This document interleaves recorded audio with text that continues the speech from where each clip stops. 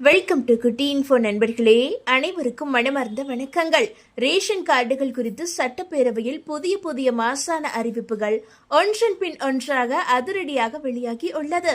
அதிலும் குறிப்பாக லேட்டஸ்டாக தற்போது ரேஷன் கார்டே தேவையில்லையாம், ரேஷன் கடைகளில் பொருட்களை எளிதாக வாங்கிக் கொள்ளலாம் என்று அமைச்சர் வெங்கடரமணன் சட்டப்பேரவையில் அறிவித்து உள்ளார். அதாவது அசல் அட்டை தேவையே கிடையாதாம். ரேஷன் கடைகளில் பொருட்களை வாங்குவதற்கு இனி அசல் குடும்ப அட்டையை நேரில் கொண்டு செல்ல வேண்டிய அவசியமே இல்லையாம். கைபேசியில் உள்ள நகல் குடும்ப அட்டை அல்லது ரேஷன் அட்டையுடைய எண் மற்றும் கைரேகை மூலமாக ரேஷன் பொருட்களை எளிதில் பெற்றுக்கொள்ளலாம் என்று சட்டப்பேரவையில் உணவுத்துறை அமைச்சர் அறிவித்து உள்ளார். அதேபோல ரேஷன் அட்டைதாரர்களின் சேவைகளுக்காகவும் குறைகளை விரைவாக தெரிவிக்கவும் பிரத்யேக வாட்ஸ்அப் சேவை அறிமுகப்படுத்தப்பட்டு உள்ளது. பொதுமக்களுடைய வசதிக்காக 1500க்கும் மேற்பட்ட குடும்ப அட்டைகள் உள்ள பகுதிகள் கண்டறியப்பட்டு முதற்கட்டமாக 150 புதிய நியாய விலை கடைகள் பிரித்து அமைக்கப்பட உள்ளன. கைரேகை பதிவு செய்ய முடியாதவர்களுக்கு கருவிழி அங்கீகாரம் அல்லது முக அங்கீகார முறை படிப்படியாக நடைமுறைப்படுத்தப்பட உள்ளது. புதிய ரேஷன் கார்டுகளுக்கு விண்ணப்பித்து தகுதி பெற்றவர்களின் வீடுகளுக்கே இனி தபால் மூலம் நேரடியாக புதிய குடும்ப அட்டைகள் அனுப்பப்படுமாம். தமிழ்நாடு அரசுடைய 2026-2027 ஆண்டிற்கான நிதிநிலை அறிக்கையில் ரேஷன் கடைகளில் முழு கோதுமைக்கு பதிலாக தரமான கோதுமை மாவு பாக்கெட்டுகளாக வழங்கும் முன்னோடி திட்டம் நடப்பாண்டில் படிப்படியாக அமல்படுத்தப்படும் என அறிவிக்கப்பட்டு உள்ளது. இந்த திட்டம் விரைவில் அறிவிக்கப்படும் என்றும் தெரிவிக்கப்பட்டு உள்ளது. அதாவது முழுமையான கோதுமை வழங்குவதற்கு மாற்றாக பொட்டலமிடப்பட்ட பாக்கெட்டில் அடைக்கப்பட்ட தரமான கோதுமை மாவு அதாவது ஆட்டா வழங்கப்படும் என்று அறிவிக்கப்பட்டு உள்ளது. இத்திட்டத்தை செயல்படுத்த தமிழக அரசு ரூபாய் 18 கோடி நிதி ஒதுக்கீடு செய்துள்ளது. நடப்பாண்டுக்குள் இந்த திட்டம் கொண்டு வரப்பட்டு மாநிலம் முழுவதும் உள்ள ரேஷன் கடைகளுக்கு படிப்படியாக விரிவுபடுத்தப்படும் என தெரிவிக்கப்பட்டு உள்ளது. தமிழ்நாட்டில் உள்ள ரேஷன் கடைகளில் சர்க்கரை, துவரம்பருப்பு போன்ற அத்தியாவசிய பொருட்களை பாக்கெட்டுகளில் வழங்க தமிழக அரசு முடிவு செய்து உள்ளது. முறைகேடுகளை தடுத்தல், அதாவது எடை குறைவு மற்றும் கலப்படம் போன்ற புகார்களை தவிர்க்க இந்த நடவடிக்கை எடுக்கப்படுகிறது. துவரம்பருப்பு, சர்க்கரை போன்றவை தேவையான எடைகளில் நேர்த்தியாக பாக்கெட் செய்யப்பட்டு வழங்கப்பட உள்ளன. பொதுமக்கள் வரவேற்பு. ஏற்கனவே சில சோதனை முயற்சியாக நடத்தப்பட்ட கடைகளில் இதற்கு நல்ல வரவேற்பு கிடைத்ததை அடுத்து தமிழ்நாடு முழுவதும் இந்த ஒரு பேக்கெட் சிஸ்டம் ஆனது அறிமுகமாக இருக்கிறது. அதே போல சட்டப்பேரவையில் ஒரு மாசான அறிவிப்பு வெளியாகி உள்ளது. அதாவது இலவச மருத்துவ காப்பீட்டு அளவை 5 லட்சம் ரூபாயில் இருந்து 25 லட்சம் ரூபாயாக உயர்த்தியுள்ளார் முதலமைச்சர் விஜய். இந்த இலவச மருத்துவ காப்பீடு திட்டத்திற்கு விண்ணப்பம் செய்வது எப்படி என்ற முழு தகவலும் வெளியிடப்பட்டு உள்ளது. அதாவது ஏழை எளிய மக்களுக்கு தரமான மருத்துவ சேவை பெற வேண்டும் என்ற நோக்கத்தில் மத்திய மாநில அரசுகள் இலவச மருத்துவ காப்பீடு திட்டங்கள் வழங்கி வருகின்றன. அந்த வகையில் தமிழ்நாட்டில் முதல் முறையாக கலைஞர் கருணாநிதி ஆட்சியில் கொண்டு வரப்பட்டதுதான் முதலமைச்சர் மருத்துவ காப்பீடு திட்டம். இந்த திட்டம் பின்னர் அதிமுக ஆட்சியிலும் தொடரப்பட்டது.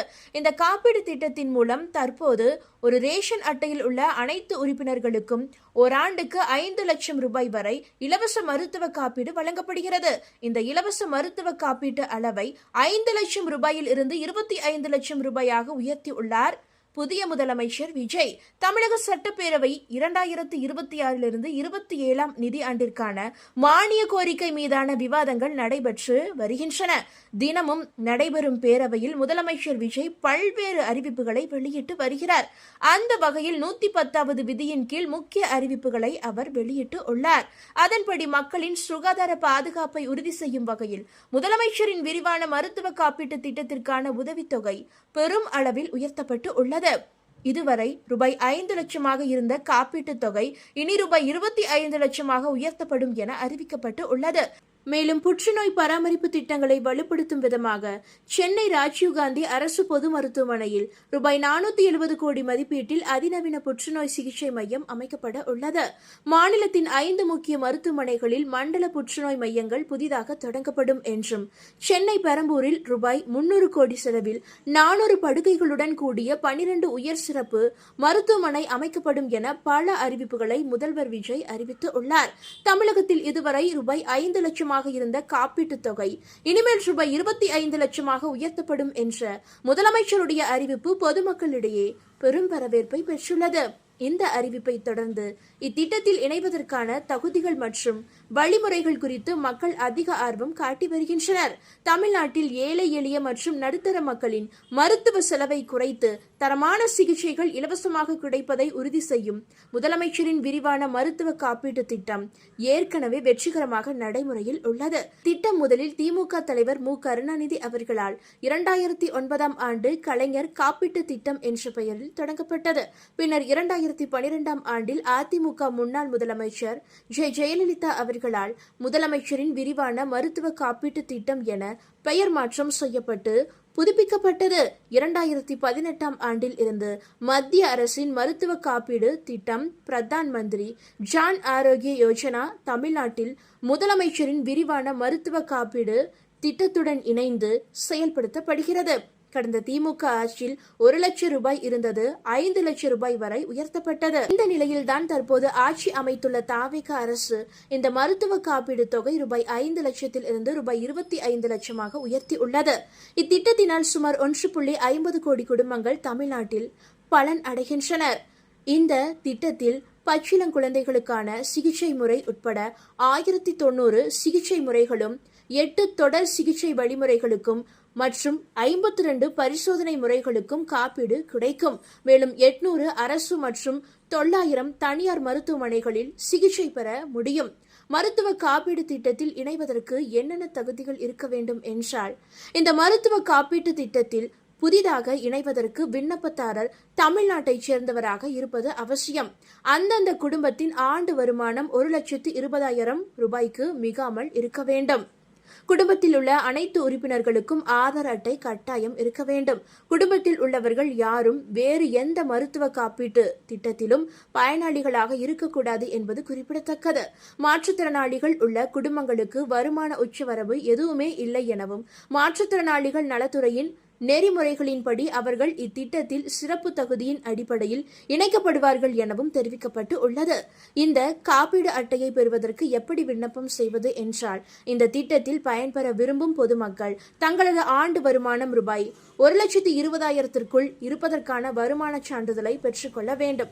பெறப்பட்ட வருமான சான்றிதழுடன் அசல் குடும்ப அட்டை மற்றும் குடும்ப உறுப்பினர்கள் அனைவருடைய ஆதார் அட்டைகளையும் எடுத்துக்கொண்டு அந்தந்த மாவட்ட ஆட்சியர் அலுவலகங்களில் இயங்கும் முதலமைச்சரின் விரிவான மருத்துவ காப்பீட்டு திட்ட பதிவு மையத்திற்கு நேரில் சென்று அங்குள்ள பதிவு மைய அதிகாரிகளிடம் ஆவணங்களை சமர்ப்பிக்க வேண்டும். ரேஷன் அட்டையில் யாருடைய பெயர் எல்லாம் இருக்கிறதோ அவர்கள் அனைவருமே செல்ல வேண்டும். இங்கே குடும்ப அட்டை, வருமான சான்றிதழ் ஆகிய தகவல்களை சரிபார்த்து உங்களின் ஆதார் மற்றும் கைவிரல் ரேகை சரிபார்க்கப்படும். இறுதி சரிபார்ப்பு பணிகள் முடிவடைந்தவுடன் பயனாளிகளுக்கான மருத்துவ காப்பீட்டு திட்ட ஸ்மார்ட் கார்டு வழங்கப்படும். இந்த திட்டத்தில் விண்ணப்பம் செய்ய மாவட்ட ஆட்சியர் அலுவலகங்களில் உள்ள இந்த அலுவலகத்திற்கு மட்டுமே செல்ல வேண்டும். சில சமயம் முகாம்கள் நடத்தப்பட்டால் அங்கேயும் சென்று தாராளமாக விண்ணப்பம் செய்யலாம். ஏற்கனவே இத்திட்டத்தில் இணைந்துள்ள பயனாளிகள் புதிய உறுப்பினர்களை சேர்க்கவோ அல்லது விவரங்களை மாற்றவோ விரும்பினால் www.cmchistn.com என்ற அதிகாரப்பூர்வ இணையதள முகவரியை பயன்படுத்தி கொள்ளலாம்.